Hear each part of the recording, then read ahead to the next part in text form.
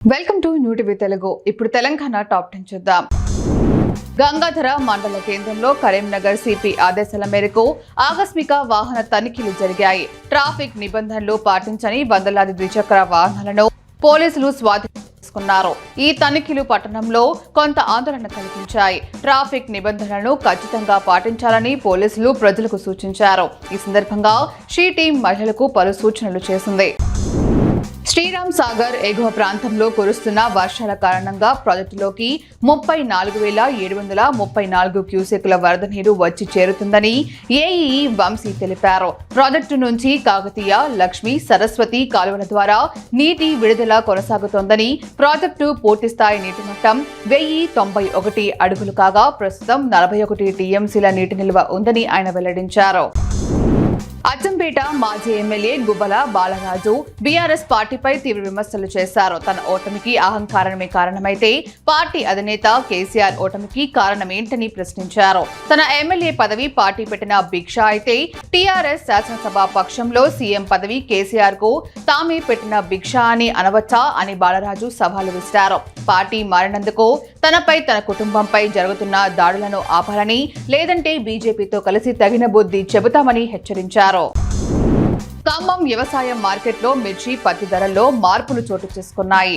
క్వింటా AC మిర్చి ధర 14,400 non AC మిర్చి ధర 8,500 వద్ద స్థిరంగా కొనసాగుతుండగా పత్తి క్వింటా ధర 7,800 పలికింది. గత గురువారంతో పోల్చితే పత్తి ధర 50 రూపాయలు తగ్గినట్లు వ్యాపారులు తెలిపారు. ఈ ధరల వివరాలను మార్కెట్ కమిటీ సభ్యులు వెల్లడించారు.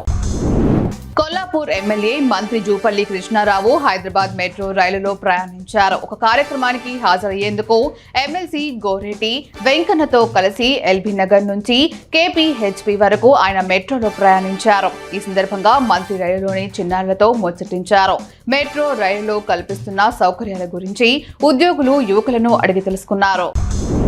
పెద్దపల్లి జిల్లా మంత్రిలో మాజీ ఎమ్మెల్యే పుట్ట మధుకర్, కేంద్ర మాజీ మంత్రి పుంజాల శివశంకర్, మాజీ ఎంపీ పూలన్ దేవిల జయంతి సందర్భంగా వారి చిత్రపటాలకు పూలమాలలు వేసి ఘనంగా నివాళులర్పించారు. ఈ కార్యక్రమంలో పార్టీ మండల అధ్యక్షులు శంకర్ గౌడ్, శంకర్ లాల్, రాజు గౌడ్, మాజీ వార్డు సభ్యుడు కొత్త బాలయ్య, మాజీ కౌన్సిలర్ సమ్మయ్య, పెళ్లి సత్తయ్య, పుప్పాల తిరుపతి, జంజల శేఖర్, బీఆర్ఎస్ నాయకులు పాల్గొన్నారు.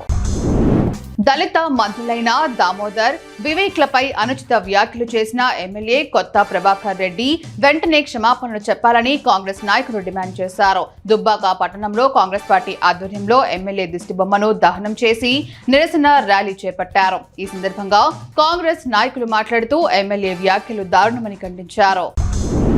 హన్మకొండలోని మంత్రికొండ సురేఖ ఇంటిని సిఐటియు నాయకులు ముట్టడించారు. మధ్యాహ్న భోజన పథకాన్ని అక్షయ పాత్రకు అప్పగించరాదని, కార్మికులకు పని భద్రత కల్పించాలని, వారి సమస్యలను వెంటనే పరిష్కరించాలని డిమాండ్ చేశారు. ప్రభుత్వం స్పందించకపోతే రాష్ట్ర వ్యాప్తంగా ఆందోళనలు చేపడతామని హెచ్చరించారు. బోనాలు పౌర్ణమి ఉత్సవాలు ముగిసిన నేపథ్యంలో మహబూబాబాద్ రైల్వే, బస్ స్టేషన్లలో ప్రయాణికుల రద్దీ గణనీయంగా పెరిగింది.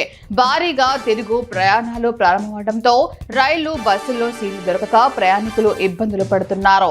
బంధువులను వీడ్కోలు చెప్పడానికి వచ్చిన వారి రాకతో రద్దీ మరింత అధికమైంది. పరిస్థితిని అదుపు చేయడానికి అధికారులు అదనపు సిబ్బందిని నియమించారు. నల్గొండ జిల్లాలోని నాగార్జున సాగర్ ప్రాజెక్టుకు వరద ప్రవాహం కొనసాగుతోంది. దీనితో 8 గేట్లను తెరిచి దిగువకు నీటిని విడుదల చేస్తున్నారు. జలాశయానికి ఇన్ఫ్లో 65,800 క్యూసెక్కులు, అవుట్ఫ్లో 110,483 క్యూసెక్కులుగా నమోదైంది. ప్రాజెక్టులో ప్రస్తుతం పూర్తిస్థాయి నీటి నిల్వలు ఉన్నాయి.